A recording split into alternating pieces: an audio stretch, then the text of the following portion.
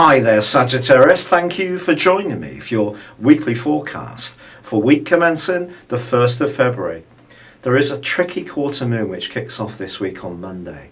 It occurs in your 12th solar house, the sign of Scorpio, but it's squaring up with the sun, which is in the electric 3rd house.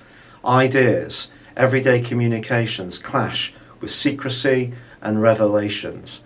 This is not going to be a great week to show your hand to someone you don't know very well or have never really trusted.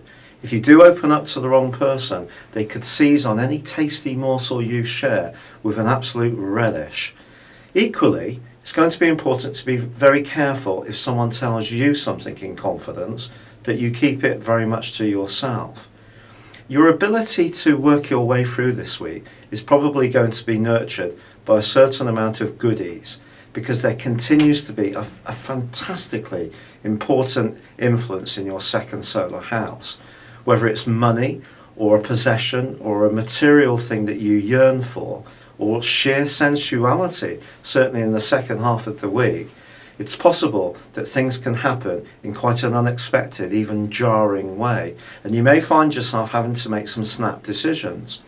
This is because Mercury continues to combine with Pluto. In turn, they both square up with Uranus, the planet of surprises, which can make you more impetuous and impulsive.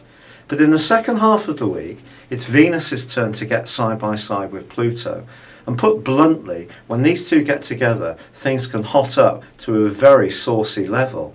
If you're lucky enough to be seeing someone that you're very sweet with, and intimacy is a part of the relationship you really enjoy, the chances are this is going to be a major opportunity to reconnect or reignite that part of the relationship. If you're not so fortunate in this area, and money and lack of intimacy seem to get in the way of harmony between you and a partner, I think this week can really highlight it to you, and you can find yourself craving for the type of closeness that most human beings really do need. This could also see you breaking a fast or some kind of pledge that you made at the turn of the year in terms of a New Year's resolution.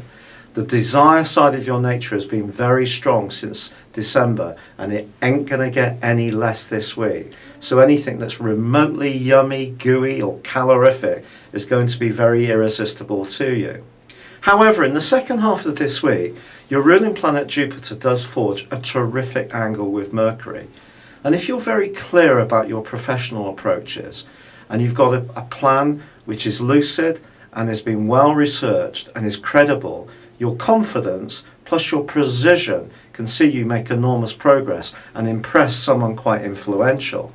Also, your idea zone is going to be switched to max in the second half of this week, and this can see some lovely, bright, unexpected conversations and see you connecting with people who are perhaps a little bit more left field, zany, but fun to be with. It's been a real pleasure being with you. Good luck and goodbye for now.